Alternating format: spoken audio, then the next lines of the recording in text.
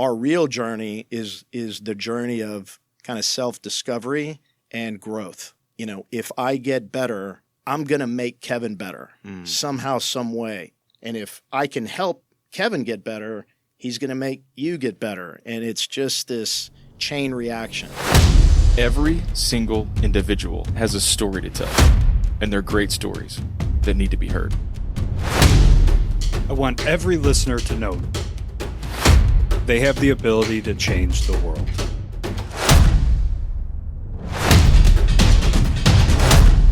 Welcome to the 1720 Podcast. What's up, Mountain Movers? Welcome back to the 1720 Podcast. We're honored to have our friend Jeff Wittenberg with us today.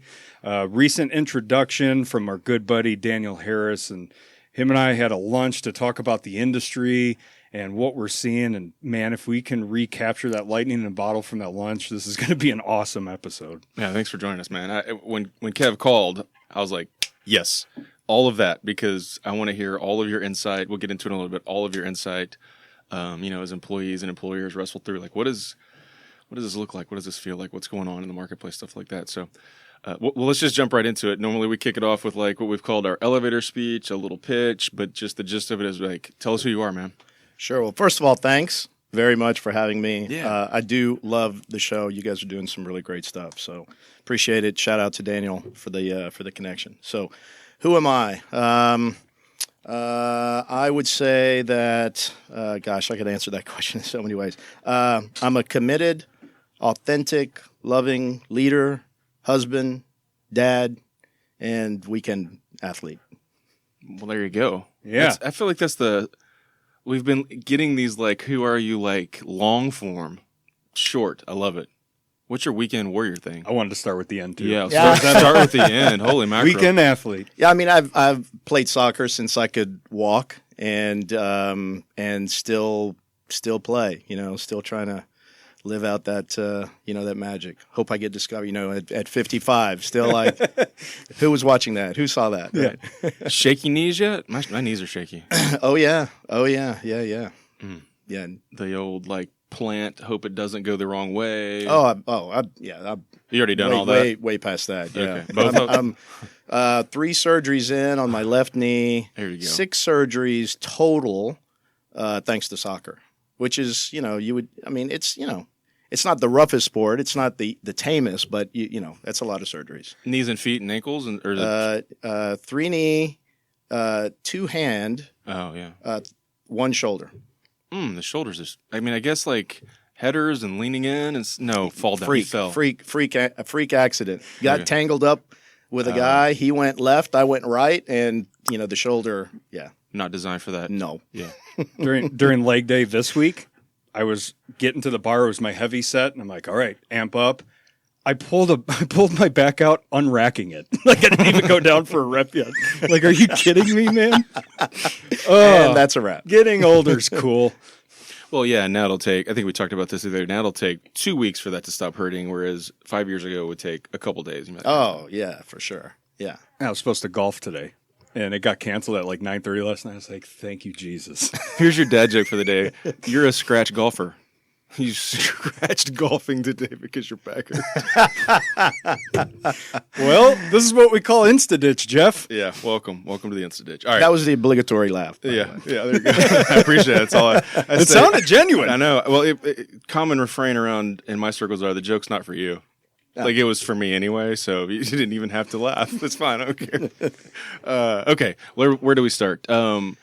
Let's just take it from the top. Texas, home. Always been here? What's the story, man? Born in Brazil, traveled a lot as a kid, came to Texas, thankfully, when I was in, 2nd grade, and, grew up here from there. My family's pretty multinational, so, yeah.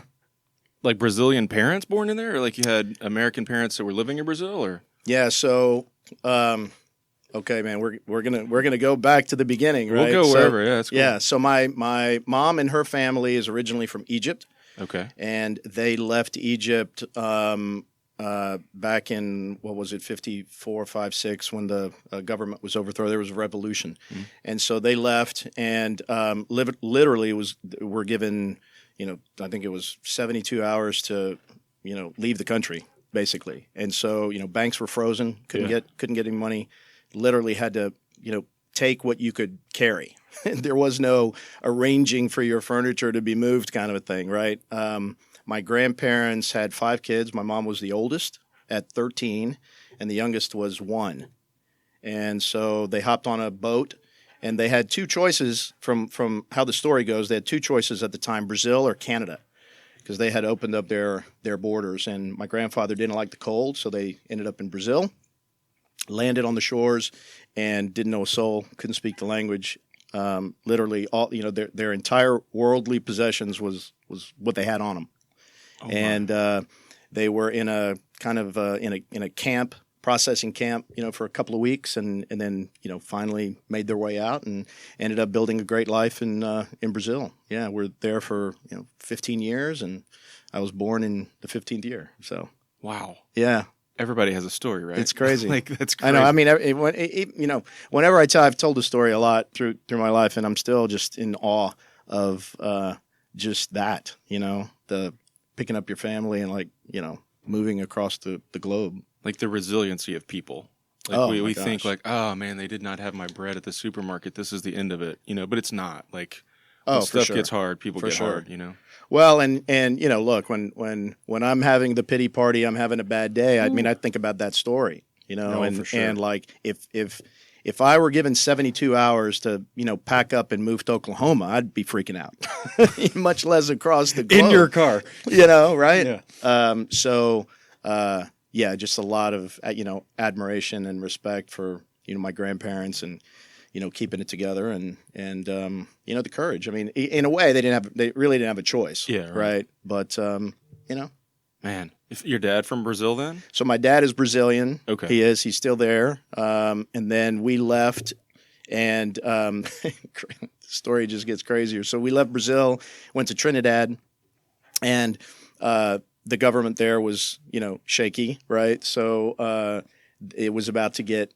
nasty, and we had some close personal friends that said, hey, it's probably a good idea for you guys to leave the country. And so we did, and went to New York for a few years. We had family up there, and so lived in Brooklyn and Queens, and then made it to Waco.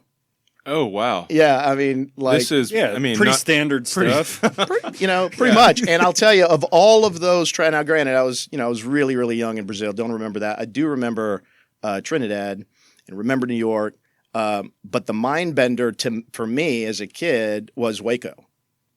It was like a whole, we just landed on another planet. Yeah, you did. And this would have been, I'm not time stamping it here or anything, but this is pre-Chip and JoJo Waco. This is nothing except a Wendy's and a university. Nothing's there. Yeah, no, it was, yeah. But everybody was so nice. Yeah. Right? I mean, that's the thing that to this day just really sticks out in my mind. I remember we were leaving a grocery store and, y'all have a good day. And I'm like, what just happened? Yeah, you don't know me. Right? Because you don't get that in New York. No. Right? And so, so it was just, the people. Awesome people. So sure. Waco takes you at some point to UNT, right? Yeah, so we came to Dallas and, grew up here, went to South Garland High School. Okay. Went to, I got recruited by a couple of different schools. Thought I was going to play at Midwestern State and Soccer, yeah. Yes. And I got up there and just, the school was really small, and I needed more. So I left, went to UNT, had a lot of friends, knew a lot of people there, and graduated from there. Okay, so I'm not trying to yada yada yada over a story, but there's a meaty part I really want to get to about what you're doing these days. So is there? UNT? How do you get to where you are now? Man, is that part? Let's take it. I'll take the crazy detour. I'm not trying to. I mean, it's a journey, like everybody, right? For So sure. I graduate UNT in 1990. Okay, and I was a bank teller in college. Great college job, by the way. Looks great on a resume. Great experience. Minus the getting robbed part. Yeah. No, I was in the drive-through, and it was pretty tame. Yeah. But it was a super gig, and I thought I was going to be a banker. So I'm going to graduate. I'm going to go into their, management training program, and one day I'll run the bank. I don't know. So I did that, and as I was waiting for the management training program to start, I was working in one of the branches, and I just, it just dawned on me that I did not want to be a banker, and so I did the thing that our parents, every parent tells you not to do, which is don't leave a job before you have a job. But but it's 1990. I just graduated. I got a degree in hand. I feel like I'm a smart guy.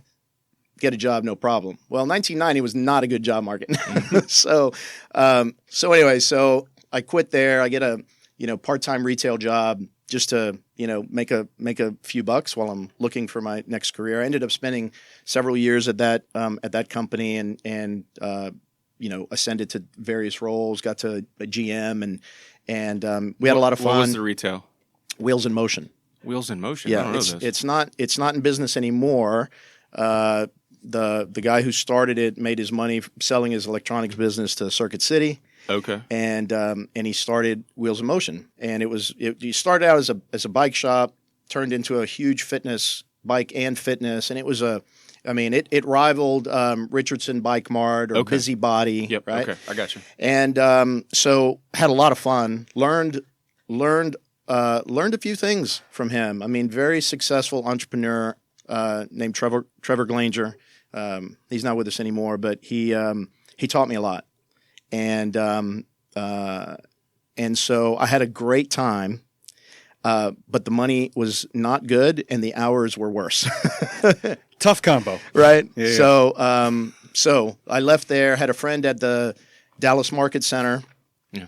Went to work there in their trade show division, and I went from being a trade show manager to the director of their trade shows on the apparel side. And then from there, I became a director of leasing on the permanent showroom side. So that was kind of, interestingly enough, on a limited scale, my introduction to commercial real estate, because you're doing leases. They're small, right?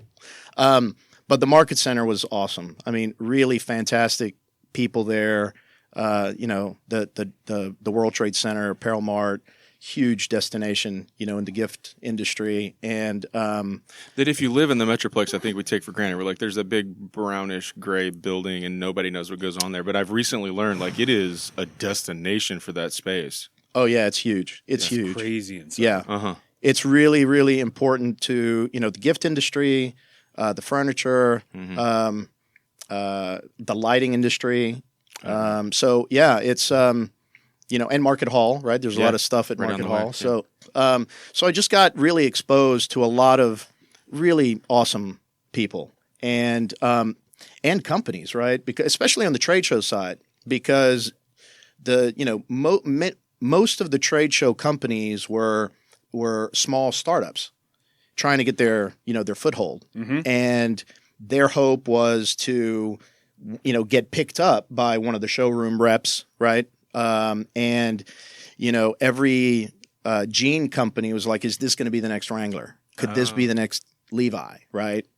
And so I got exposed to entrepreneurs and, small companies who are just trying to make it, and they're doing the trade show circuit and just really, became just so impressed with the entrepreneurship. And in some cases, they still had a day job, which was even more impressive. Right. Yeah. And so did that for several years, and again had an awesome time. Met great people, learned a lot, but the career opportunity for growth was limited, and so I ended up getting recruited by one of the many companies that came to Dallas and moved to South Carolina. And it was, I was kind of ready for it. I was at a point in my life. Professionally, it was a great move for me. Financially, it was a great move for me. I wanted to see, a change of scenery. So that was good. But, the company that I ended up joining was, it was just it was a disaster. And I learned a lot there too. In that 1 year, it felt like 7. I learned some I learned a lot. Anyway, so so at that point, my whole career had really been sales management in, let's call it the, home decorative accent and apparel trades. And so the company got bought and broken apart. I got a package. I came back to Dallas. Couldn't wait to get back to Dallas. And but was at the first time in my life I was unemployed at a career crossroads. Right. I knew that I didn't want to sell another widget. Like who cares if a plus or minus another 100,000 of these are sold? Like that didn't do it for me anymore. It wasn't filling your soul. It just wasn't. Yeah. And so I remember I came back. It was in October of '97. I said, "Hey, I'm going to take the rest of the year off, move back, back home." That was not inspiring, by the way, to be an adult and move back with my family. But I said, I'm gonna take the year off, and I'm gonna really do some soul searching and really figure out what I want my next move to be.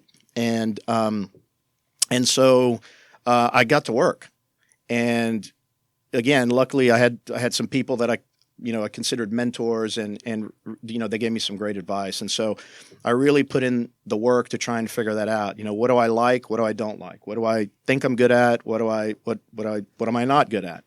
And I started jotting a bunch of ideas down. And what dawned on me was I want to do something that benefits society in a positive way, right? So very altruistic. I want to make a difference in this world and in people's lives. And so I thought, okay, I could be a doctor.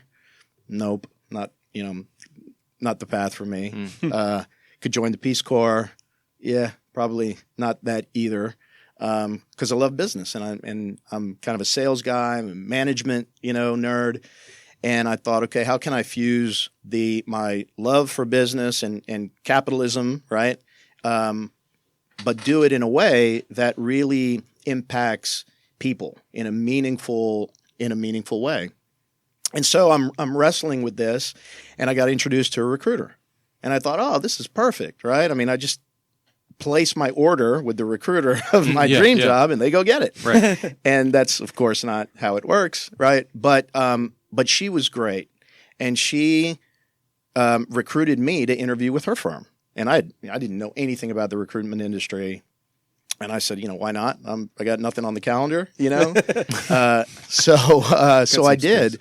And it really opened my eyes. And I thought, wow, this is really interesting. This is what I've been thinking about, right? Fusing business and people and people's lives and making a societal impact, right? And so that one interview led me to many, many, many interviews in the search industry, and I talked to small, medium, and large companies, and I really took the time to really explore it.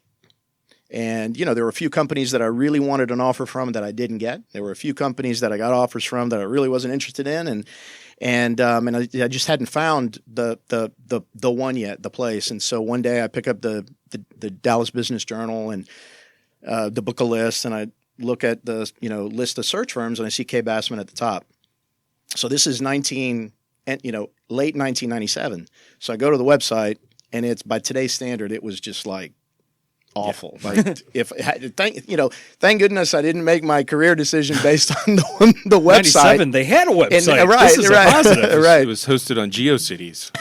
Right. Anyway, so I called. I left a voicemail for Bob Bassman, the founder. And I got a call back to interview with him on a Saturday morning, which was really that was his thing.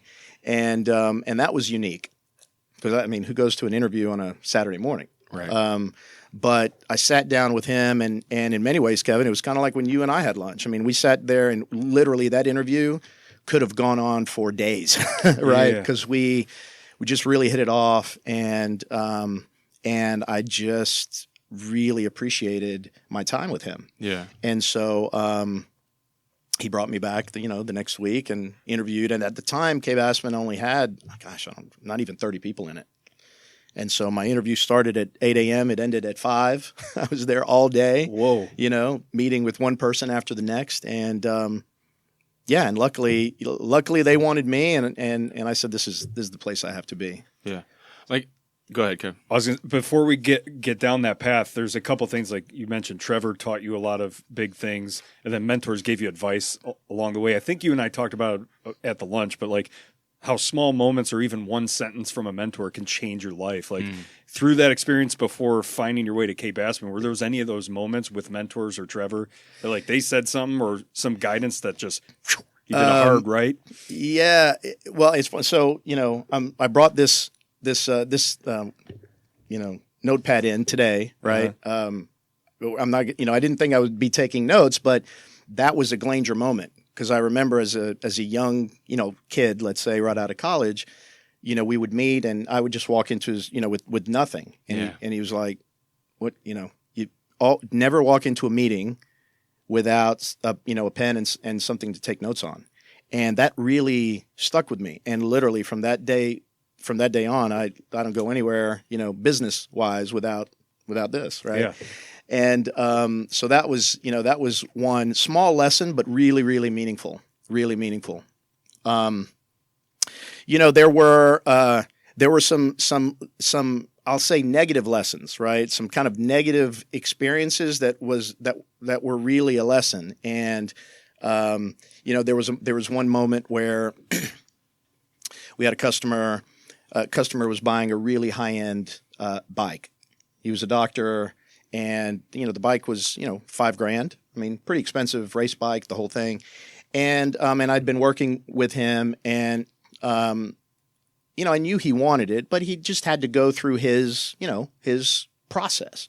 But Trevor saw it and wanted me to close the deal. And he pulled me aside and I said, well, we're going to do it on Monday. And he said, well, why not today? And I said, well, he's not ready. But he's gonna. I mean, we've had enough conversation. I know he's gonna do it. And Trevor wanted it. He wanted it done. So Trevor stepped in and got it done. Right. The owner of the company steps in and kind of pushes me aside gently, and he gets the deal done. And then the guy walks out. The whole deal. Well, on Monday, I get a call from the customer. And he said, I bought it, but I wasn't ready, and I want to do it on my time. And so he returned the bike.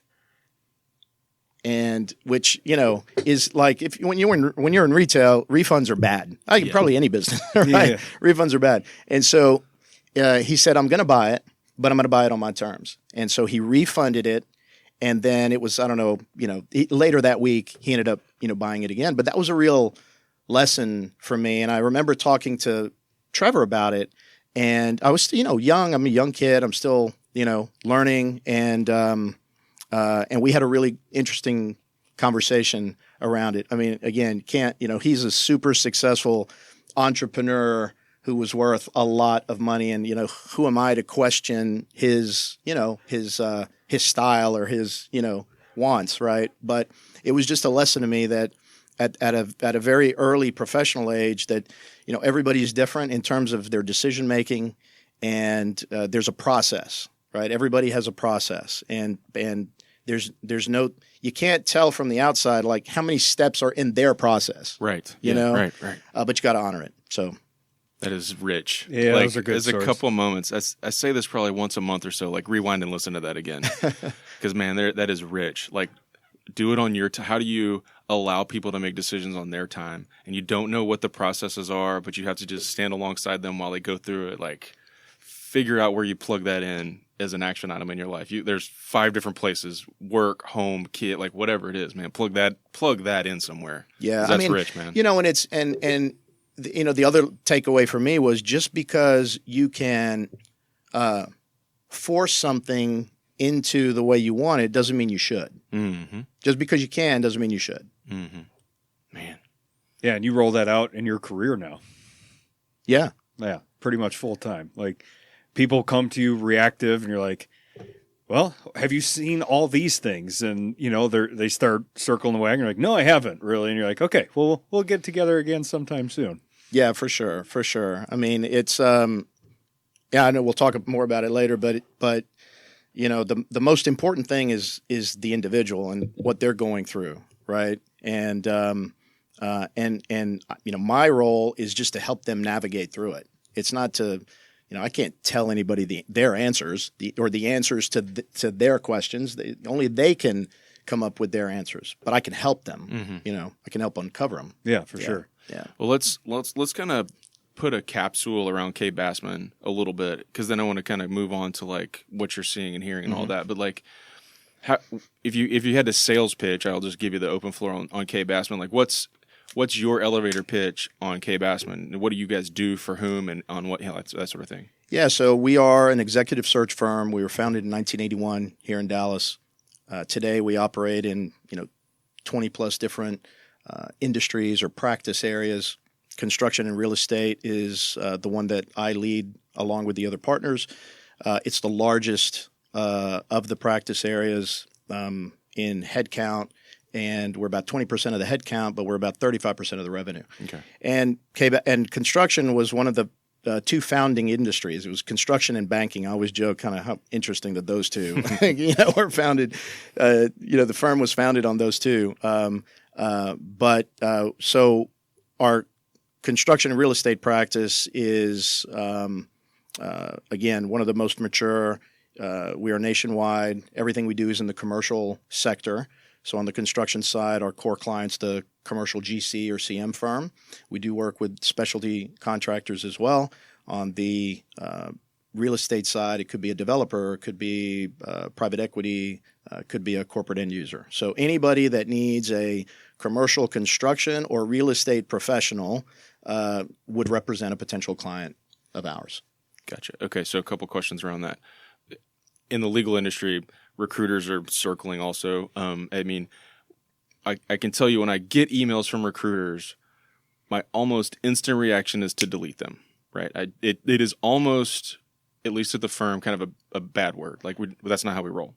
But I can tell from just hanging out for like 45 minutes, like you do it different. So what's the value proposition or like your differentiator in the way you guys do it, as opposed to like what my knee jerk is like, delete. Yeah, sure. And look, that's a common response, right? And I think unfortunately, professional services probably have that. Attorneys, it's like, who wants to talk to an attorney? Who wants to talk to an insurance guy? Who wants to talk to a GC? It's like, nobody really wants to. It's like it's more of a need to, not a get to for most of us, right? I would say, our differentiating factor is, one, our tenure. I mean, we've been around since 1981. And so we've done this for a long time. So we're not a rookie. Yeah. I think our track record of success, which we are very open about, who we've worked with, and it's like, no matter how great my marketing material is, just here are some people to call. It's like what they say is going to go, right? I think our expertise in search, but specifically within the industry, right? So our knowledge of the space, all I do 24/7 is commercial construction and real estate. And so I live in those sandboxes. And so I can't tell you what's going on, in the banking space or in the nursing space from a search standpoint, but I certainly know my stuff when it comes to construction and real estate. So our and not just the industry, but then we take it another level to the geography. So I can't tell you what's going on in California, but we have awesome partners that can. But I can tell you what's going on in commercial real estate in Texas, right? So we take a industry expertise. So we take a industry expertise in executive search, industry expertise in the construction real estate industry, and we have a geographic expertise in the region that we serve. And I think too, another cornerstone of our success has really been our flexibility. So, we don't approach the business as a one-size-fits-all approach. Every candidate and every client is different. And every position, even if it's with the same company, is different. Mm-hmm. And so we really cater our approach, whether it's our search approach, whether it's our terms and conditions even, to what makes the most sense for that client on that particular search. Yeah. And so I think our flexibility something that's come to be appreciated. Yeah. One thing you've mentioned to me is like the patience factor. Like at this point in your career, it's not a have to, it's a want to. You're passionate about this, so you're just able to guide people naturally. Yeah, I mean, I think in any business that's been around for a long time and you've become successful, of course we need the business, we need revenue to keep the lights on, right? Sure. But one would think that you do reach a point, hopefully, that you can pick the client certainly as much as the client picks you, and that becomes because it should be a two-way street. It should be a win-win. And that's not out of arrogance, but it's really out of, I want to work with companies that I believe in. I mean, that's important to me because, we're talking to people who are employed, right? We're not talking to I mean, on occasion we'll talk to people who are in between, but our MO is to talk to people who are at a competing company. And so how can I possibly talk to them about considering a change to my client if I don't believe in my client, if I don't believe in the leadership, if I don't believe in the business, in the culture, if I don't believe in what they stand for. And sometimes you don't know that on the front end. You learn that reveals itself over time. But for us, that's critically important. I don't know about every recruiter necessarily, right? But I think for us, that is something that I'm proud of, that we do want to align ourselves with companies that we are proud to represent. We share the name openly, unless it's a confidential search, right? But and we need to speak intelligently about our clients. So we need to get in there and really learn about the leadership and the ownership structure and what's their where have they been and where are they going. Because if I'm going to somebody who's currently employed, foreseeably in a good place, and I just direct them to the website, I mean, first of all, I lose complete credibility, and candidly, I mean, I'm really not helping the client's image in the marketplace either, right? Yeah. Yeah. So this is more to listeners right now, but if you try to draw a few themes over the last 80 diggity episodes, one of the things we talk about a lot is how we're just passionate for our people, right? Want to grow, mentor, lead, train, retain, all this stuff. And you have a front row seat to what in the world is going on out there, right? It's put whatever label on it you want right now. There's a lot of mobility in the marketplace, people jumping, moving, dollars exchanging hands, retention bonus, the whole everything going on. We're calling it, have been for almost 18 months now, the Great Resignation, the instability, all of it, right? The whole sort of panoply of things going on. You have a panoply. That's for you, Matt Fisher. Yeah.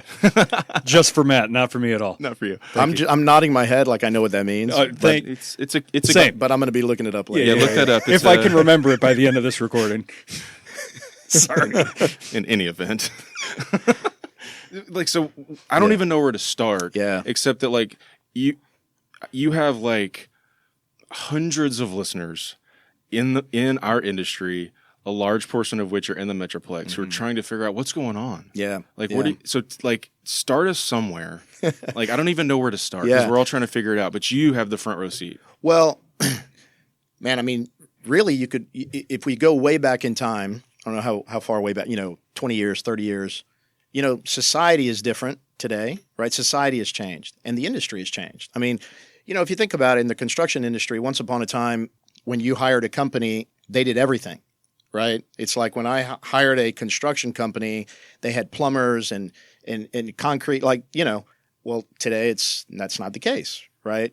And so there's been an evolution in the business, and there's also, I mean, once upon a time, construction companies had one office. And so if they worked nationally, everybody traveled, right? Mm-hmm. Well, today, I mean, Turner's got, I don't know how many offices Turner has, 40 plus, 50, I don't know, a lot, right? Yeah. And so even that little change, right? Because society's changed. And once upon a time, construction, probably not unlike the military, was very mobile and very transient. You just moved. Mm-hmm. And that was just commonplace, right? You knew that going into the business. Today, people don't want that today, right? On the whole. And so the industry has changed, not just grown, but it's really evolved. Society has changed. The perception of, what I want for my career and what I'm willing to sacrifice, very different today than what it was in our parents' and in our grandparents' time, right? So we just have to keep, that in mind. So what's happening? So, I started in the business in, what year was it? I don't even remember anymore. 81. No, I don't know. No. It's crazy. Yeah. number. In 1998. recruiting, Yeah. 97 or 98. Yeah, so 1998, right? I started in the business in 98. And Prep sheet guy. yeah. Thanks for looking at the prep sheet, Kev. And then, so lived through that .com boom, Yeah. if we remember that, right? And that was a heyday, moment. And then you get the Great Recession, right? I mean, and like the world just kind of stopped spinning for a moment, right? And I think that moment had a real clearing of the deck effect in many industries, particularly in construction, right? So if you think about it, companies downsized, companies went away. Some people, went from being, working for a GC, maybe they found a job with a sub or vice, or wherever. Some people went to work for Home Depot. Some people got out of the business altogether and, started selling insurance or went back to school. And those people didn't come back, right? So the people some people went ahead and if they weren't downsized, they might have went ahead and just retired, right? I'm over it. Yeah. So you had a lot of stuff. I mean, the construction programs, they weren't churning out kids, right? Like they did once upon a time. So you have this mass exodus from the industry.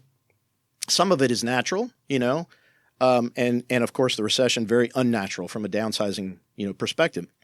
Some of the people stayed within the industry and they just kind of, jockeyed back and forth, right? You had very few kids coming in because who wanted to be a construction professional or real estate, at that time. And so I suspect a lot of kids who thought they were probably changed, degrees, right? Changed majors. And so you have a lot of people exiting. You certainly don't have an equal number entering. And even if you did, I mean, how long does it take a college grad to really become, a starter, let's just say, right? And so, I mean, that to me was really created a lot of what we're experiencing today from a talent shortage, right? Interesting. And More so of a long play there. And that went on for several years, right? And then we started, picking up, and it seemed to me like it wasn't a gradual ascent coming out of the recession. It was almost like, like the hockey stick, right? And so all of a sudden, there were more needs than the demand far exceeded supply, right? And we're still in that boat today, and I don't see it changing anytime soon. I mean, you have the front row seat. I'm merely a student here, but you have, from my perspective, also like the people who weren't ready to retire through the Great Recession. Now they're falling off the table. They're like, okay, I stuck it out another 15 years or whatever, but now I'm retiring, and you still have that not sufficient influx to take up. So I feel like we're kind of teetering on the precipice of it getting worse or happening again. I don't know exactly what the right word is, but here we are, like an inflection point again, where all those folks are retiring out. And oh yeah, I mean it's a brain drain in the industry, right? Because think about it, you got a 30-year superintendent. I mean, the knowledge that person is walking around with. I mean, you don't replace that easily, right? Just using that as but one example, and so that's why I say, I mean, it takes, and now the construction schools are kind of, they've added a third shift, so they're graduating a lot of kids because the industry looks appealing again, right? But again, it's gonna take time for those kids to really, be in a position to make an impact. But oh, by the way, that 30-year superintendent who, used to train and mentor, develop, well, they're gone. They're retired. And so who's doing that? So, the learning curve has changed Not that there aren't other people with, smarts, but that's just, I mean, once again, the value that, again, just using the 30-year superintendent as the example, the value that they had, not just from the ability to go build something amazing, but the impact internally, culturally, from a talent standpoint, I mean, it's undeniable. Man. We were having this conversation at lunch today. Like, is this a desirable industry for somebody that's completely outside looking in? We think of commercial construction as just monstrous, right? But when an outsider's looking at it, they're probably just thinking like home builder and stuff. And they might not see a professional path and ascension if they were to go down this path. And we have to do such a better job as an industry of showcasing how we're changing. That's kind of one of the main purposes of this podcast, to show there's some right. exorbitant amount of great people in here that are really trying to change the landscape. But is that getting all the way down to the parent that's having that conversation with their kid and saying, you know what, why don't you go to construction? Probably not. Yeah, probably not. I think the industry needs, we need to, the industry needs to hire the ad agency that Chick-fil-A used, right? I mean, the industry is so awesome on so many levels, 100%. Right? But you're right. I mean, if I'm a smart kid, I'm going to have options. And would construction be kind of on my list of, I could go to law school, be a lawyer, I could be a doctor, I could be go be a coder, I could, and I could go be a project manager. I don't think so. And so I think the industry we have to figure out a way to do more to become more top of mind with not the person who I guess I'll just go do construction because I can't do anything else. That's not what we want, right? I mean, not that there's anything wrong with that, but if we do want to be able to go get the blue chip kids, let's say, right?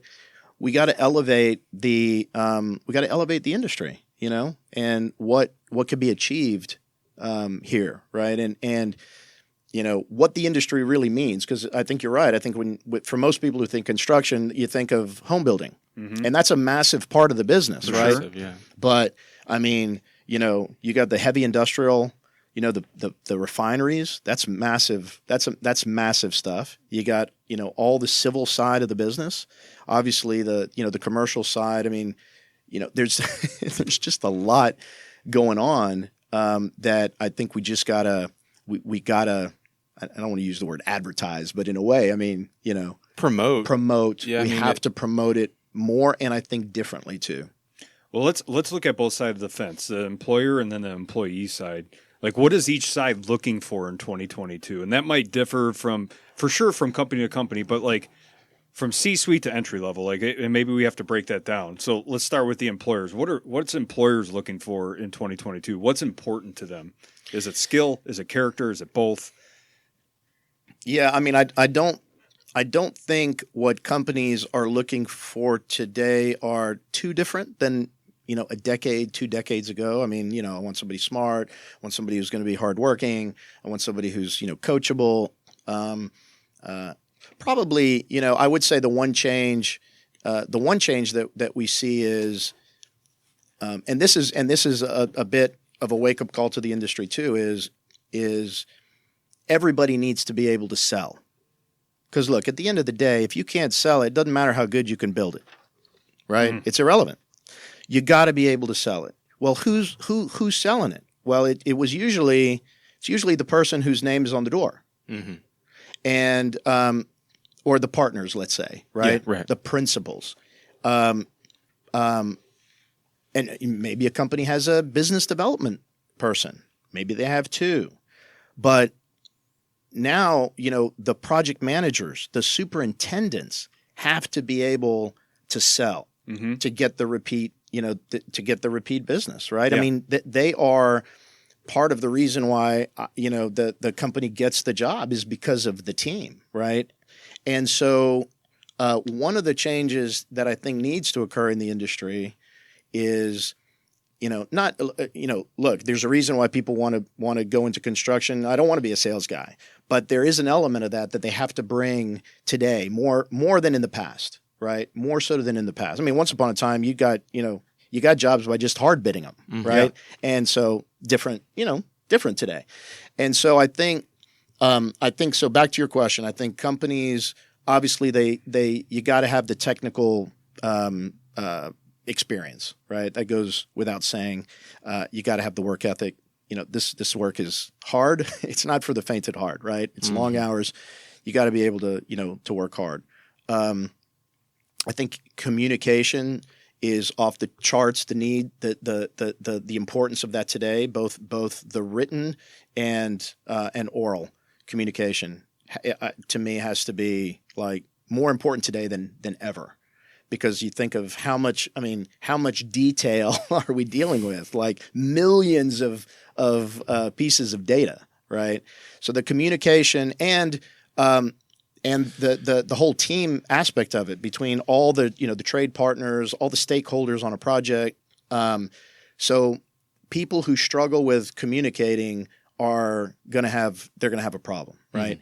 Mm-hmm. And at the end of the day, I think companies. One of the questions, can I put this person in front of a client and feel good about it, right?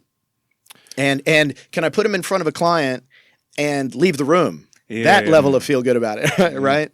And that's become, to me, from what again, I'm not a builder, but from my experience, the buyers of construction products and services, they don't really want to talk to the owner because they know what they're going to get from the owner. For sure. Right.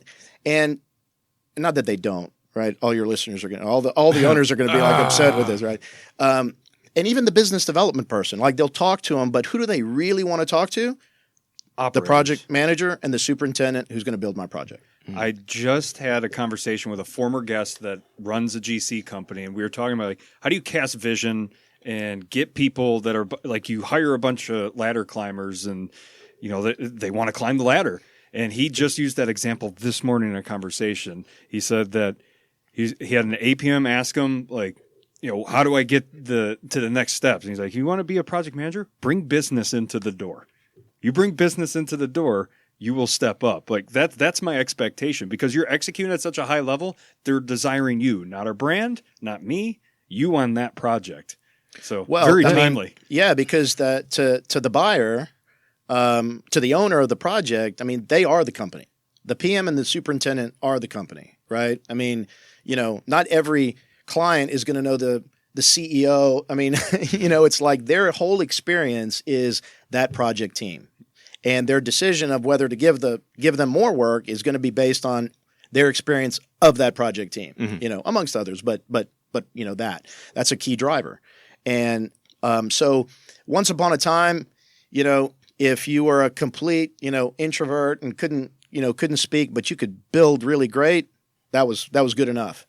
I think that's changing today, and it probably should because people are valuing what, like what the relationships that they have with folks. Yep, the experience. It's about the experience too, right? Uh-huh.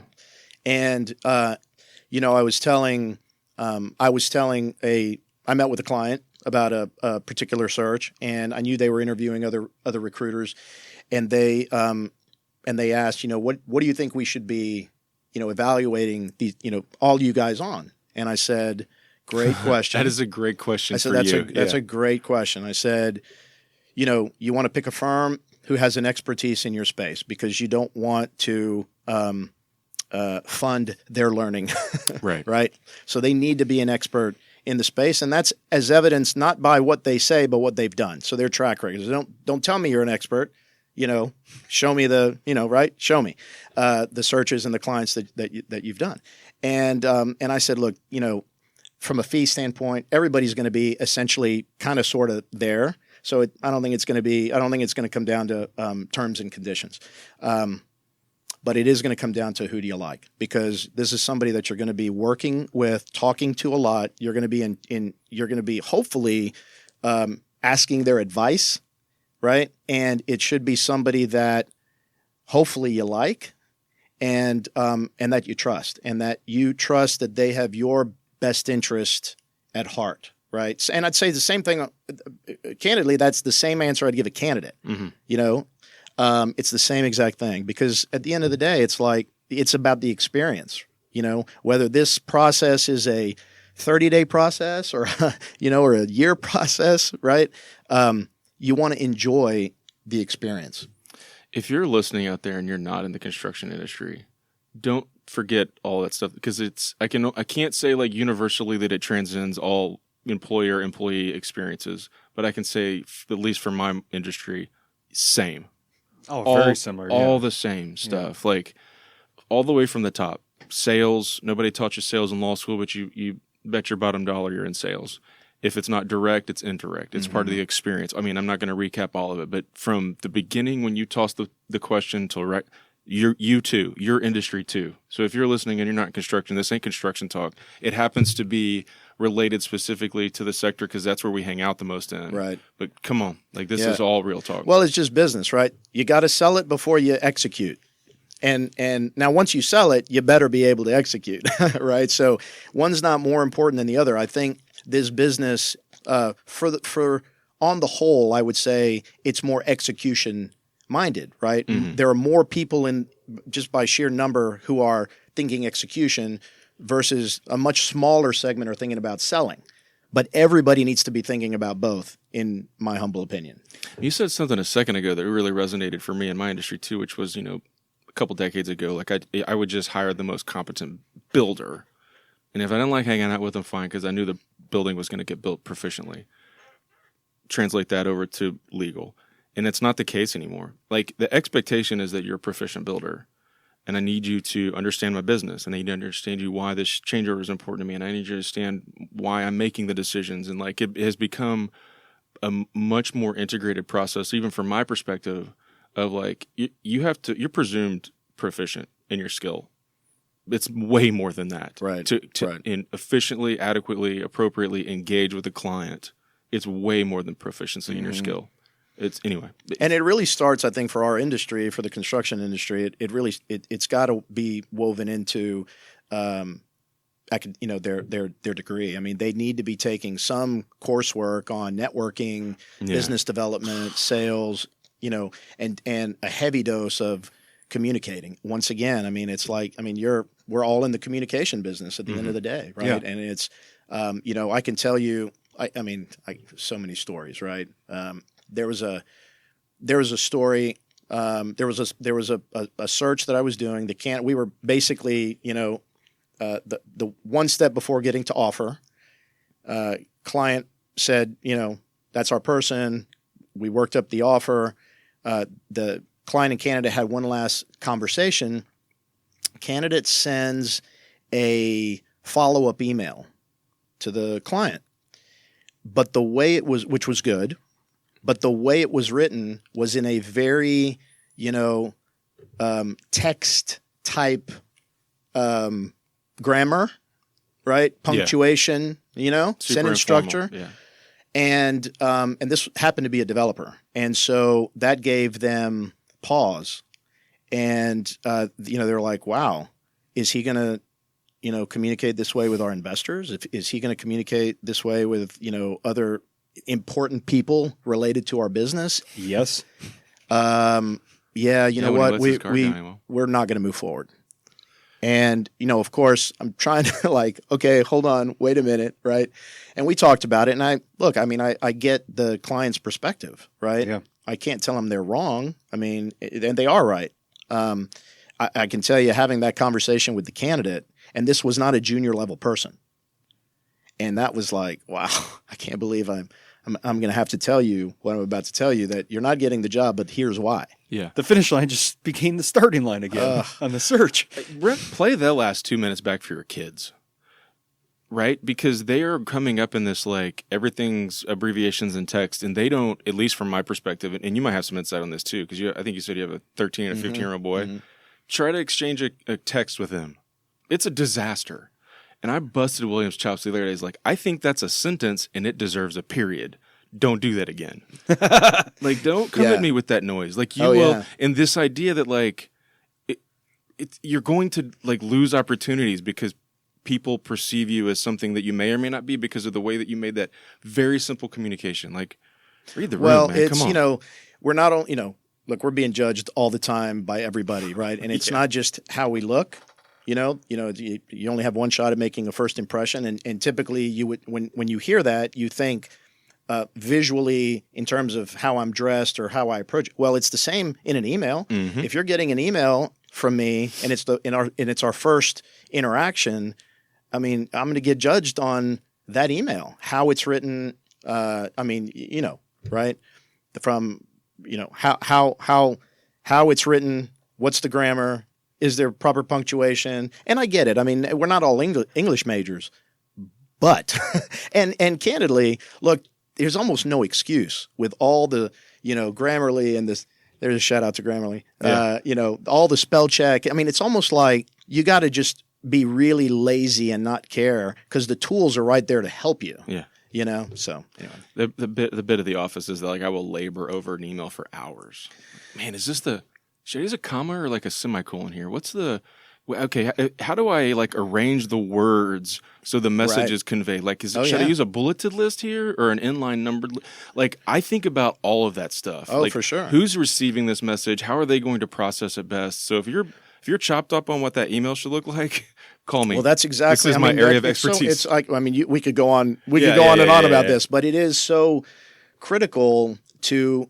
Once again, it's like I can't build a building unless we communicate about X, Y, and Z, right? And it's not just what I need to get off my chest, but how is the receiver going to receive it? And so again, I don't think there's. I think if people learn those lessons, they're usually coming with a good amount of pain associated with them, unfortunately, right? But we could lessen that if we put more importance on some of these soft skills, right? Even in college. So I know you're going to school because you want to build big buildings, but this is part of it, and here's why. Yeah, to make yourself a well-rounded leader. Yeah, that's right. So sales to execution, I want to play that on the employer section because I thought it was a key point that you brought up a couple weeks ago is sale, right? You got the employee. They signed on the dotted line. They're starting. Now what? The execution of that employee. Like what does that look like? And I think that's a service that you provide that's value add to your clients, like retention. Because you just can't recruit. They got to stay there. Right. You got a blue chip. Now what? Yeah. I mean, again, the candidate, the employee is you can think of them as a buyer of your services. Like I'm buying into your vision and I'm buying into your company to the point where I want to work there. Mm-hmm. No differently than the buyer would say, I'm buying your services because of, X, Y, and Z. And so the experience that the candidate has from the first communication all the way through, it's judgment. Mm-hmm. And it's probably most critical today. Why? Because demand is far exceeding supply, which means candidates have a lot of options, right? Nobody really needs a job right now. They have a job and hopefully a decent job, right? And so I think this isn't just construction, I think it's all companies. They think of the customer experience, right? And they put a lot of money, effort, and energy into making that as good as it could possibly be. Take all that and apply it to HR. Because I promise you, you get one superstar fill in the blank title, project manager, superintendent, pre-con, whatever. That person could be the game changer of your organization. Mm-hmm. Right? And so I think it's just a shift in mindset. Right? It's not like you got to go out and do really anything differently than you're already doing. You just have to apply that best practice to getting and keeping a client, to getting and keeping a employee. Because if you do, they're so intertwined with each other, they're going to feed each other. Well, that's it, right? What do you want? What do you want from a client? You want repeat business. You want them to spend more and more and be with you a long time. What do you want from a candidate? I want them to grow and grow.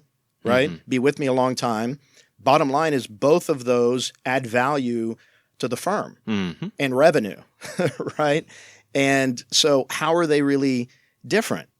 And I found that's a game changer right there, by the way. I think right? I'm sure y'all talked about this at lunch, but excellent. Well, and so here's an interesting story. And this was very early in my career, and it really, really resonated with me. And I cannot unfortunately remember where I heard this, but someone was talking about like, you know, you're the executive, you got your day, you know, planned, everything, right? You're a busy person, and you get a phone call that our number one client is leaving us. Number one client decided that they're firing us. What do you do as that executive? Drop and go. Clear my calendar, book my flights, do and your entire life's mission for the next X number of hours is to get them back, right? How is that any different than a great employee that comes in and says, I'm leaving you? Mm-hmm. Yeah. Right? Drop it. I mean, are you doing that? Are you like, clear my calendar, stop, you know, and for the next X number of hours, my life's mission is to keep this, to try and keep this person, right? And so again, I think from a leadership standpoint, we're not doing anything different. It's just a paradigm shift of applying our methods over here with a client. By the way, even the paradigm shift of how do you view an employee? As leadership, you should view them as a client, because true leaders serve not just the clients externally, but the clients internally. So the leader who views them as they serve me, well, you know, I mean, then there's a lot of those out there, right? That's just not something that I subscribe to. That's why, you know, in our organization, our org chart is upside down. Leadership's at the bottom. So take the traditional org chart with the CEO at the top and just turn it 180 degrees. Because at the end of the day, leadership and the operational infrastructure, all the people, the functional areas support the entire organization. It's really the client. Yeah, sorry. What'd you say? It's a Jeff's heating up. Heating up. I'm on a roll. Awesome. Your I'm model. I'm on the, you know, when the Germans bombed Pearl Harbor. Right? Your model that you're rolling out is a 2022 construction scalable model, like the waterline principle. If you're only focused on that, then how do you scale that if you're not focused on people, if you're only focused on the client? Yeah. I think I told you at our lunch, I went touring facilities to get ready to move into our new one. One of the facilities I walked into had a banner probably the size of this wall, man. And it says the customer's always first. And I look back here, I'm like, how often is the customer back here in packaging? Never. But your people are. Why not put them first? Like, even if you don't believe it in your heart, like, what are you putting in front of your people? Right. Like, think about what you're doing. Yeah. It's mind-blowing. Yeah. The miss.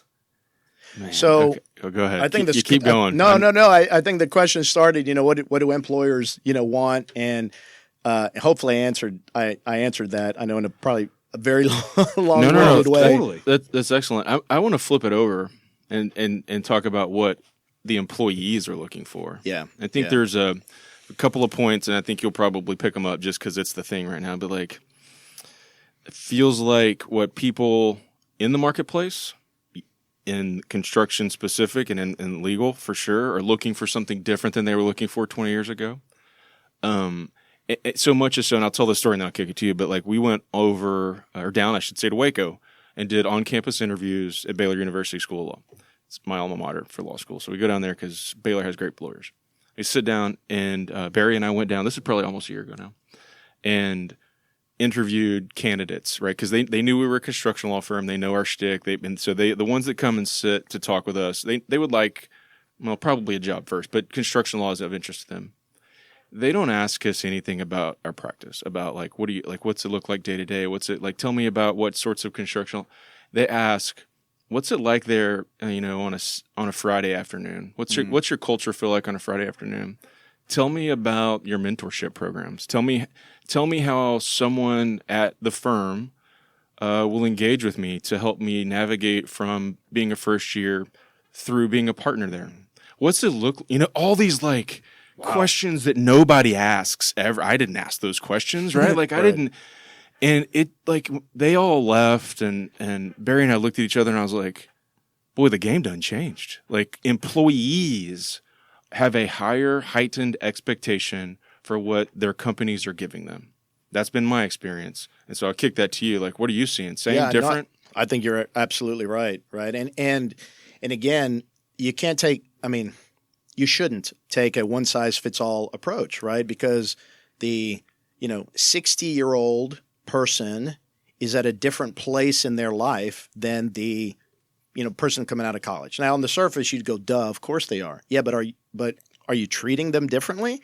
Or are you treating them really pretty much the same? And so I think it's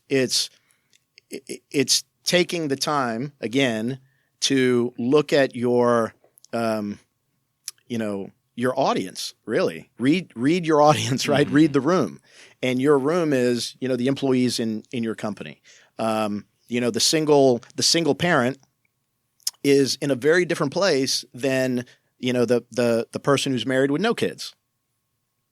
Right? Yeah. Or the person who's not even married. They need different things from you. Right? They do. They need different things. And so I think that's really where we are today.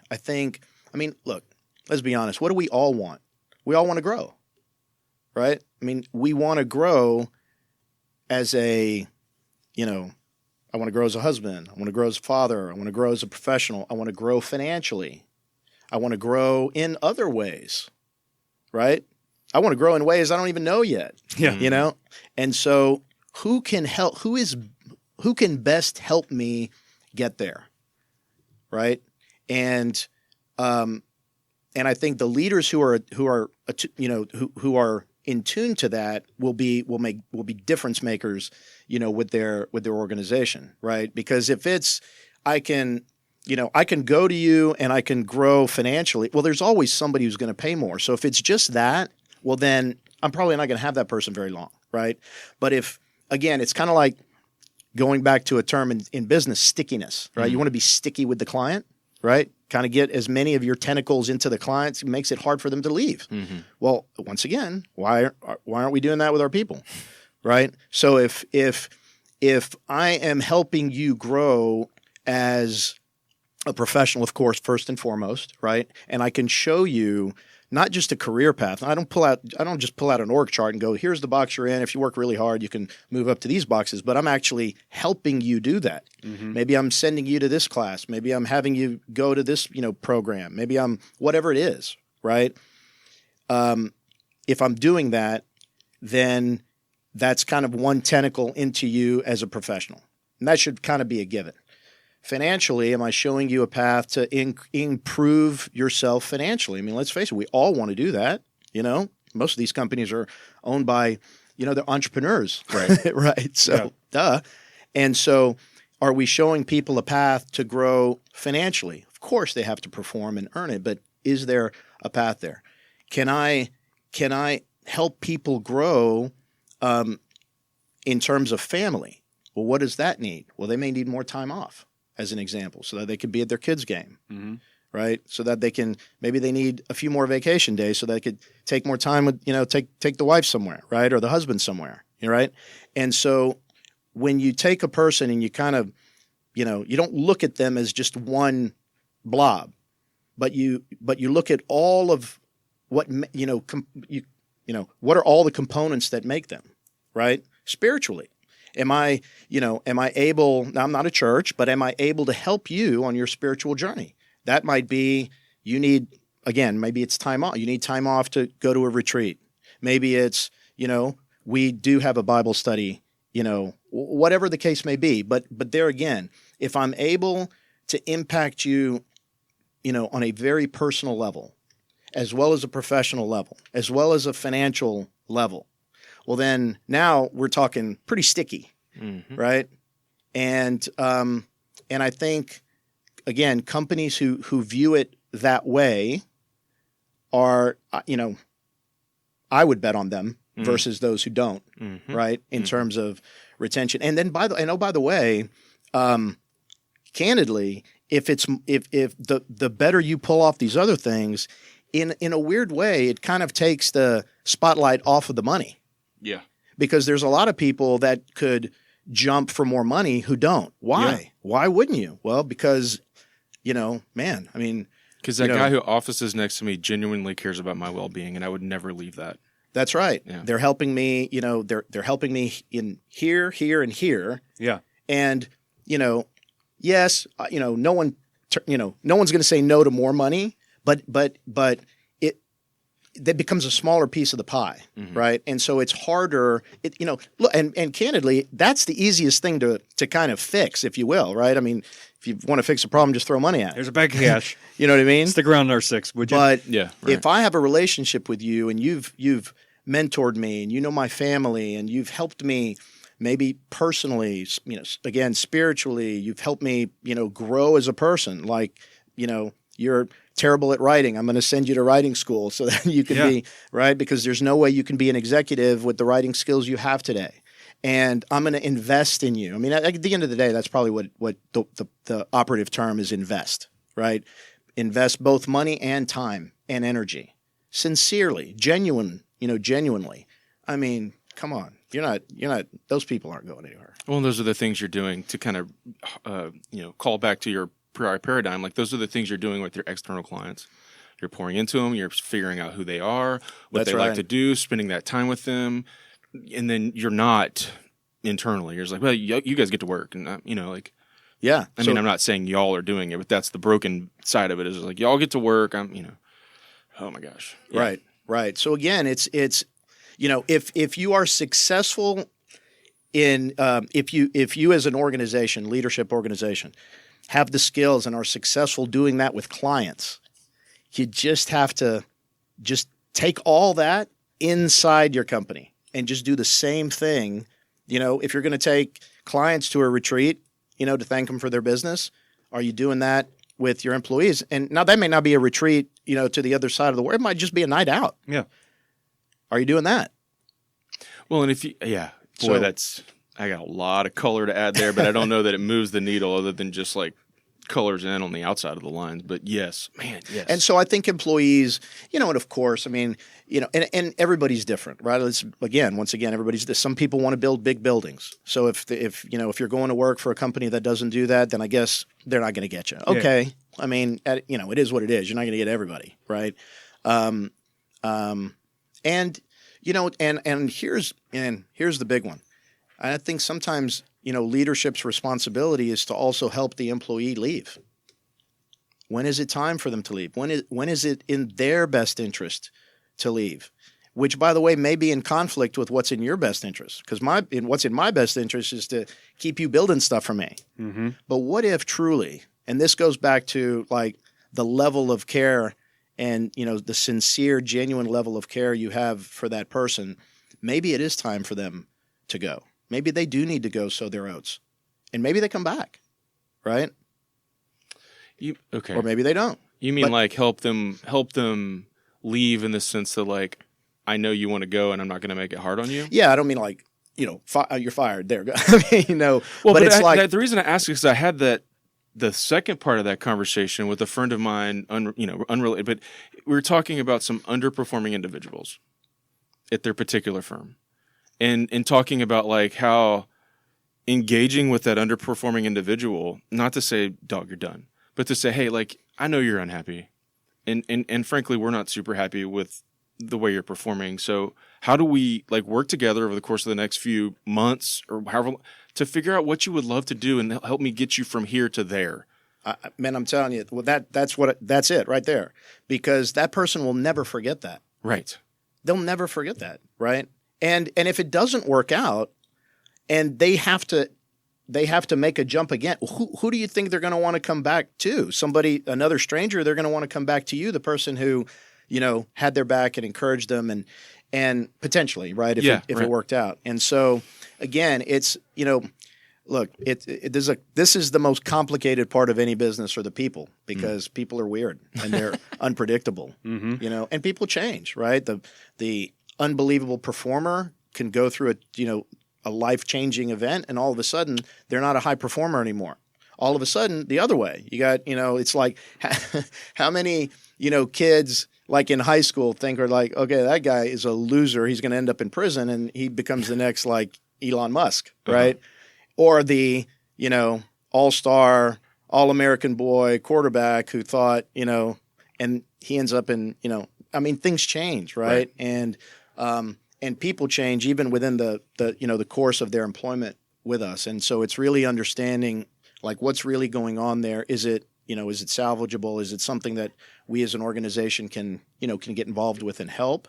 And again, sometimes the help is you got to go, So it's not just about recruiting and retention. It is, and development, right? Recruit, develop, retain, but it's also, again, sometimes, you got to make those tough decisions too for the benefit of the individual and the organization. Yeah. Man. And it's outside your control every now and again. Yeah. Chase Wood last week. Yeah, right. Support it. Yeah. It'll turn out well. And I can remember, I won't tell that story, but another lawyer came in, left the firm, and I was just like, man, a superstar. Left to go do something totally different. And I was like, two things. One, I hate you right now. And two, man, I'm so happy for you. Like, it's out of my control, and I know that you made a great decision for your life. But and let's go, man. Yep. Let me know if you need some help. And so what you just said is really important too, because that's that last interaction is they're going to remember that. Oh yeah, for sure. Right, how they were treated on the way out, and let's face it, if they were treated poorly on the way out, they're as much as you may want them back, they ain't never coming back. And so same with a client. Right? Let's face it. Some relationships end permanently and some end temporarily. Mm-hmm. Yeah. And a client's going to remember, when they said, "Hey, we're picking them instead of you," in that moment, how are you reacting to the client? They're going to remember that, right? And of course, there's going to be disappointment, but beyond that, right? And so I think that's really important because that's in our business we call that boomerangs, right? The people who leave and come back. And so, again, some people leave, you don't want them back. And some people leave and you absolutely want them back. Right? You were going to leave amicably, and I just trash on you, and I kick your stuff out and say, you can't say goodbye to everybody. My people might not have been targets because you wanted to do this amicably, but now they're targets. Mm-hmm. Now you're going to start picking my people off because I made this very narrow-minded decision. And now you're like, okay. That's how it's going to be? Well, guess what? Bill, Steve, and Bob don't want to work there either. Yeah. And they're coming. I'm not only taking your clients, I'm taking your people. I'm taking everything. I'm taking the copy machine. I'm taking it all. If it's got legs, it's coming. Come on. So, yeah. All right. That's all awesome. Dude, it was great. I want to stop and rewind and just listen again, but I'll do that on Monday, in a couple of Mondays. All right. What do we miss? I know we have stuff to talk about, but like around that topic, what do we miss? Man, it's it's an interesting time in the industry, right? COVID dealt a hand that nobody ever had experience playing, and then the repercussions of that are still unfolding. So we're living through what the impact will be ultimately long term, and so that's been, super interesting. And then of course, you got the supply chain issues going on in the industry today, and you got the, more work than we can. Obviously some issues are great. Some are not great. Some are in our control. Some are not in our control.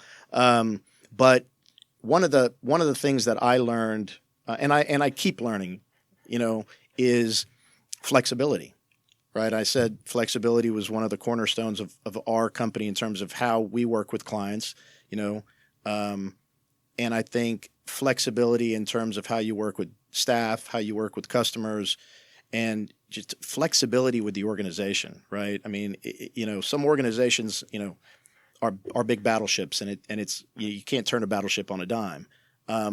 But can we try and stay as flexible and as nimble as we possibly can, because life comes at you fast, right? Yeah. And we got to be able to, to bob and weave. I feel like I've seen that in the industry. Like all of COVID has been everybody bobbing and weaving. And not really, I mean, to some exceptions, obviously, but not really throwing punches at each other either.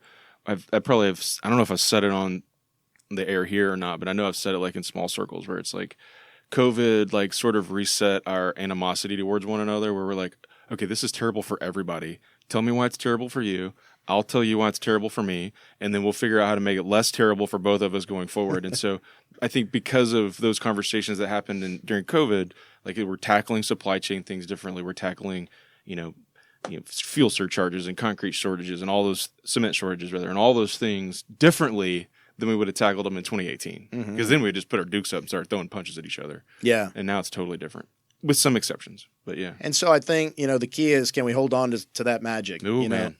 Long term, and can we, sometimes memories are shorter than they should be. Can we remember that and continue to treat each other and ourselves with grace? I think, which is is hard, right? But I do think COVID kind of peeled back that and created with for people who were empathetic, they became even more so. People who didn't have empathy, maybe it did, right? And so if we can just continue to be empathetic with one another, doesn't mean that we can't negotiate hard. It can't, it doesn't mean any of those things other than, we genuinely care about the other person's experience. I had a dad /work/mentor moment at the office the other day. He was like talking through some like frustrations at work and stuff. And I was like, let me tell you how I had to deal with that. And I told him like a little story, and I was like, and it's terrible to have to figure this out, and it's hard. And the reason I'm telling you that story is so that you don't have to go through it. Like maybe me going through it like helps you go through this particular thing in a less like stressful way. And I was like, that's a total dad move, right? Because that's what I tell the kids. I was like, man, if you get on your phone and you start doing this thing, then here's what's going to happen. And I did that once, and you shouldn't do that because it's a similar, like, let me help you do it better, faster, stronger than I did it. Cause and effect. Mm-hmm. If you do, if you make these decisions, this is what, the likely outcome. Yeah. Same in the workplace. It's like, sure, you got your choice of these different things you could do to resolve this client issue. There's a consequence to each. Let's talk through each one of those. Why isn't that done? Probably a couple of reasons. One is it requires the leader in that example to have the foresight for that, right? And the second is time. Yeah, I don't have time for that. I don't have time for that. Yeah. So here's what do B. And then they run off and do B. But they don't. But that was such a teaching moment. Like, why not C? Why not Z? Mm-hmm. What was the difference? And to be able to really spend that time is so meaningful. Now, again, you can't do it on everything every single time. No, we're not. I get it. We're not. This isn't panacea, right? But there are more moments than that we give credit to, that we could have had that learning moment. And like can I tell a personal story? For sure. My oldest was, I don't even remember how old he was. He was really, really, really small. And we were walking through the mall, and we were walking through a store, and the woman had the perfume or, spraying, and she said to him, "Hey, would you like a balloon?" Because they had these balloons, and he got, very kind of shy. He's not that now, but he kind of got a little shy. And I, crouched down to his level, and I said, "Hey, when someone asks you a question, when somebody talks to you, you have to look them in the eye. When they ask you a question, you have to answer them, and because it's really important." And so I said, "We're gonna do this again, okay? You ready?" And so I looked at her, and we kind of replayed the whole thing, and she looked at me and was like, "Man, I see a lot of people, as you can imagine, and I never see that." And that was such a cool thing. And to me, it was just, I saw it, fortunately, right? Luckily, I saw that as a learning opportunity for him as my son, but also me as a parent. Because it's reps, right? The more reps I get in, the better I'm going to be at it. And I knew I always wanted to be a great dad. And so I'm sure I missed a million other opportunities, but I didn't on that one. Yeah. And that was a cool moment for her to, recognize. It was just a cool moment. I'm still telling the story today, so it was memorable. Well, and you translate that over to the office. How many times do you have that experience, and instead of saying, hey, man, you got to stop, look them in the eye, answer the question, and you sort of like, I'm mixing the stories together, but in that moment at work, you're like, speak up, boy, and you just keep going, right? Like you just like, or whatever sort of like dad snap you would have given in a non like captured moment there. You do that at the office too. Like it's B, stop, don't do that, move on. Like, no, stop, take a second, take a beat. Right. You got any questions? We cool? Want to talk about it later? Yeah. Here. Read the room. Hey, Kevin, man, look, you seem very nervous and agitated right now. Tell me what's happening. Let's talk about it. What's on your mind? And it's like that takes time. Yes. Yep. And again, it takes being aware, right? That's going on, and that's high level leadership. I think to be able to to do that when That's if you superpower moment, the ability to see it. Kevin's actually not nervous, but like Kevin's nervous or whatever. Like I can see it, superpower. But then the ability to then lean into it and say what it is and then have a conversation around it. Whoo, that takes courage and superpower to just say, man, your body language is telling me that you're not happy right now. Am I reading it right? And if so, tell me more. Superpower. A superpower developed by reps, though. Yeah, right. To his point, like you're willing to just keep doing it, and somebody might be like, "Nah, you're completely off." You're like, "Right, I'll keep trying." but the leader, the leader who views their responsibility as I have a person that I'm trying to raise in this business, develop, train, you business speak, but you're raising them in the business, no differently than I'm trying to raise my children to be a certain way, think a certain way, act a certain way. And I think oftentimes you see that with really senior leadership and, senior folks and really junior folks. Junior folks are nervous to talk to the senior folks, but they have to. And they're, and they can be, and so the senior person goes, man, just spit it out. Well, I mean, they stop. Mm-hmm. We were all there once, We didn't all have our, what together all the time like we think we do now, Well, so that goes back to the empathy piece that you talked about a minute ago. It goes back to stopping with the perfume lady, because in that instance, you didn't stand and say, spit it out, boy. You kneeled down to his level and had a conversation with him. And that's the senior executive, junior, whatever paradigm is like, you have to stop and realize that you are the adult in the room. Mm-hmm. You're not looking at or seeing things again, mixing the paradigms here, but literally you're not seeing things at the same level. You got to get down to that level and just say, hold on, I get it. My office is 15 square feet bigger than yours, and the desk is cleaner, but just stop. I'm on your team, man. I'll come around to the other side of the desk and sit in that other chair with you. So this isn't what? Tell me, talk to me, as opposed to standing, barking, and moving. Well, and what's interesting, and you're absolutely right. What's really interesting is, let's say I am in tune to it, and so it's easy to do it with the young people in the business, right? But what about with other senior level people? Because guess what? They're human too. What? So they don't get nervous? They don't get in a moment where they're fumbling their words, where we fumble our words, or we're agitated and we just can't spit it out. And so we just also I would challenge us to be aware that at the end of the day they're just people. One just might be more experienced, one's W-2 might be different, but they got the same bag of emotions. Oh yeah. Right? And so the patience with a junior person, oftentimes we don't see that translated to a senior person, and it should. Mm-hmm. Like the lead up the chain thing.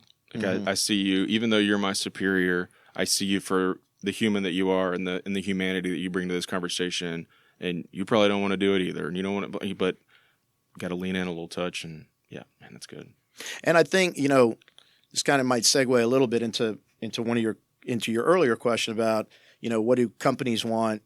And so often, and I see this a lot with the senior level positions and people that we deal with, is the mistake that companies make is, hey, Kevin's a senior vice president. He's got all this great experience. We're going to hire him, and that's it. I mean, he's good, right? He's good to go. Well, no. I mean, he still has a lot he's got to learn about your organization and your methods and like, the power dynamics, all those kind of things. And so the mistake that I think companies make at the senior level is we hire a senior person who's got this great resume. And by the way, they were a rock star at this other company. So it's just an automatic, right? It's kind of like, hey, well, guess what? We just signed, a blue chip quarterback, right? We just signed Tom Brady. Good. We don't really have to do much, right? Yeah, no coaching necessary. No. Doesn't need to know the personnel, doesn't need to know the strengths and weaknesses. Like, how about just you got to double down on that person because you got a lot more at stake with that person. Just comp. Let's just use that as the measuring stick, right? I'm paying Kevin a lot more than I am Jim 2 years out of school. So who am I really doubling down on? Kevin. Yeah. Because there's my greatest risk. Not that there isn't over here, but I mean, let's be real here. And so often organizations do the exact opposite. They'll go, oh, we're going to invest in the young because they don't know anything. But Kevin knows everything, so he's good. Well, I mean, Kevin still has needs, and are we satisfying those? I can't tell you how many conversations I've had with senior level people who are very frustrated because it's either lack of support, lack of access. They hired me, and I had a lot of dialogue with the CEO, and now the CEO is too busy, but expects me to like perform, and so once again, that breakdown is at a human level. It's not at a what I would call a X's and dollars and cents level. It's at a human level. I didn't get the FaceTime I don't have the FaceTime with my boss that I want to have, that I need to have, right? And so breakdowns occur there, and that could easily cause somebody to go, you know what, I'm out of here. Yeah, it's time. Whew, man, it's all so good. Yep. I don't know where else we go because I don't know what else we could talk about. But it's all of us. Like, man, I could just. It's a good thing we don't have like the reel to reel because we'd be out of reel by now, right? Well, turn tape over. I gotta. We'd be going through cassettes like, get the next cassette. I have a bit greater appreciation for why lunch the other day was awesome. Oh yeah, for sure, man. This conversation gets me fired up, excited, interested, motivated, all those things. Well, man, I have learned being in a professional services firm is very different than any other, right? And whether you're an attorney or a doctor or CPA or recruiter, management, whatever it is, it's just our people. That's all we have. Mm-hmm. I mean, you got a bunch of, furniture and an office space, and that's easy to get, right? It's like, but it's just it comes down to the people. And that's our only point of differentiation because there's only one Kevin. And if I got him, nobody else has. Nobody else does. Everybody could go buy the same, backhoe. Everybody could go get use the same, attorney, right? But a firm, but not necessarily the same attorney within that firm, yep. Right? And so, I mean, that's the differentiator. Mm-hmm. And how often are we, spending so much time and effort and energy and money in some cases, pouring it into the thing that's really not our differentiator, right? Like, it's not the technology that, oh, by the way, anybody else can get unless it's proprietary and nobody else on the planet has it, right? Unless you got the secret formula to Coke, right? Right? It's just the people because they can't be on two payrolls, right? And so we just got to remember that at the end of the day, man, that is the only true differentiator particularly in a professional services firm, which construction real estate certainly is. Mm. That was pretty awesome. Yeah. I'm just along for the ride. Yeah. Yeah, me too today. I feel like I'm sitting at Joe's lunch. Just kinda, hey, tell me more about that. It's so much great insight that we just need. I don't know. I don't feel like we covered. I don't know if we covered everything you wanted to cover on this, but I was tracking this pretty good. Yeah. I mean, I feel like we got as we have a tendency to do, meander through it a little bit, back and forth and up and down. But I feel like we got most of the stuff. All right, so let me go on about an hour and 15 or so, maybe hour and 20, depending on how tightly I get us edited here. So let's kind of take us into the home stretch here. If you've listened to a few episodes, you know how we close this out. We do books and one big thing, and so. Were we on air when we were talking about reading, or was that before we started recording? Talking about No, that was before. Yeah, before. All right, so I know you're well read, maybe well listened. Maybe is the thing, but hit it if you got something that you think like, man, this is a great book. Listeners really need to check this one out because I think our listeners probably listen to a lot of books. I don't know if they actually paper book read them, but voracious readers. So hit me with something. Yeah, I made a note of some that have really been impactful to me, and I know I'm going to leave some out. Man's Search for Meaning, Viktor Frankl. Okay. I don't know that one. Do you know that one? Nope. It's a good one. Yeah, it's good to have something new. Yeah, it's an amazing true story, which is just it's about concentration camp, World War II, but it's not really about that. It's really about the human spirit. It's an unbelievable book. The Road Less Traveled by Scott Peck. Great book. Tao Te Ching by Lao Tzu. Read that. It sounds like something Barry would like. Yep, that's a Barry classic. Love and Profit by James Autry. Okay. And Way of the Peaceful Warrior by Dan Milliman. Okay. So there's just a handful. There's a ton more, but those are some good ones. There's a couple, 2 or 3 in there I've heard of before. 2 of them I've never heard of before, so I love a good, hey, here's one you've never been on your radar. So, and Kev will have listened to them before he. I'm gonna give you guys. Before it airs. I'm gonna give you guys copies of Love and Profit. Yeah, because I'm That's your handout one. That's the one. Well, that's one of them. But I set them aside to bring today, and of course, what did I do?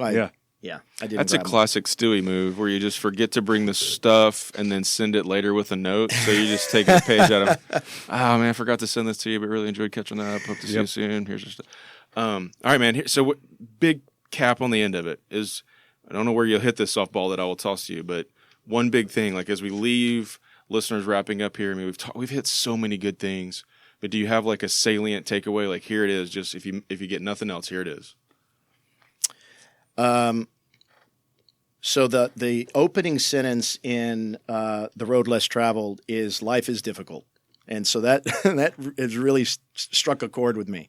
Life is difficult for everybody. And I think the only thing we truly have control over to make our world and the world a better place is ourselves. And so the better we get, the better our surroundings get, our community gets, and our world, however you want to define our world, right? And so I've got to work on me. I got to work on getting out of my own way.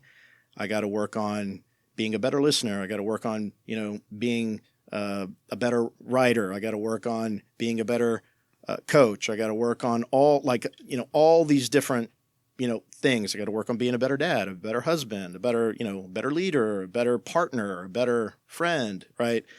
And so the journey, I think that is, our journey. We're going to live in different houses. We're going to work for different companies, maybe live in different states, right? But our real journey is the journey of kind of self-discovery and growth.